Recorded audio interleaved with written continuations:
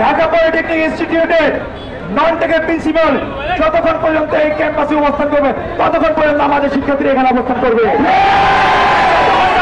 Dhaka polytechnic এবং মহিলা polytechnic একজন টেকনিক্যাল প্রিন্সিপাল এই মুহূর্তে প্রেরণ করা হচ্ছে এবং নিয়োগ দেওয়া হচ্ছে, ততক্ষণ পর্যন্ত আমরা এখানে অবস্থান করবো।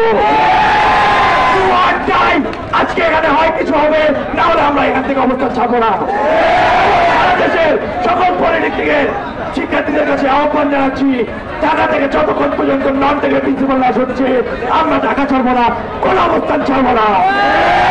আজকে যে সকল সন্ত্রাসীরা ছাত্রলীগের ন্যায় আমাদের উপর হামলা করেছে ক্যাম্পাসে, তাদের স্থায়ী বহিষ্কার না করা হলে একটা শিক্ষার্থী ওখান থেকে যাবে না, বন্যা হয়ে যাবে, কিন্তু তাদের বিচার নিশ্চিত করেই যাব।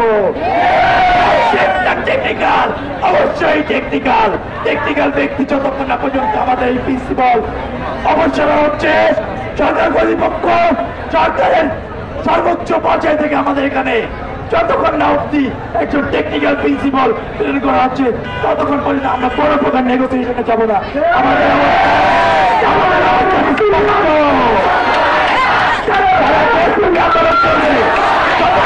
এখানে নন টেক থাকবে। আর কিছু আছে? নন টেক ব্যক্তি হটাও, নন টেক ব্যক্তি হটাও, নন টেক ব্যক্তি হটাও। আমরা কারিগরি ছাত্র আন্দোলন বাংলাদেশ কর্তৃক উত্থাপিত 6 দফা এখন পেশ করব।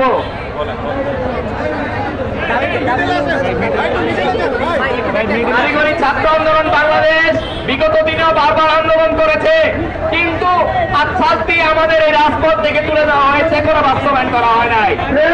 আজকে দাবি বাস্তবায়ন ছাড়া আমরা কোনোভাবে রাজপথ ছাড়বো না।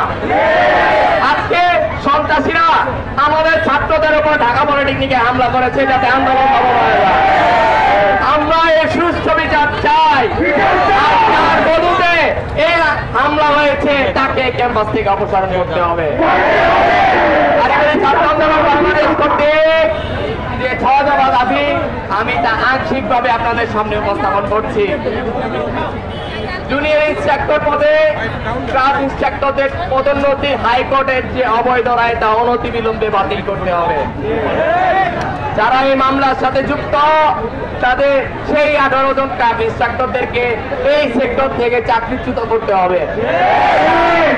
যে ইউটিউবটা আপনার বারবার নিজের নামের সাথে ইন্সট্রাক্টর থাকার কারণে বলছে তারাও শিক্ষক, ক্রাফ ইন্সট্রাক্টরদের নাম পরিবর্তন করে অফিস সহকারী অথবা ক্রাফটম্যান প্রদান করতে হবে।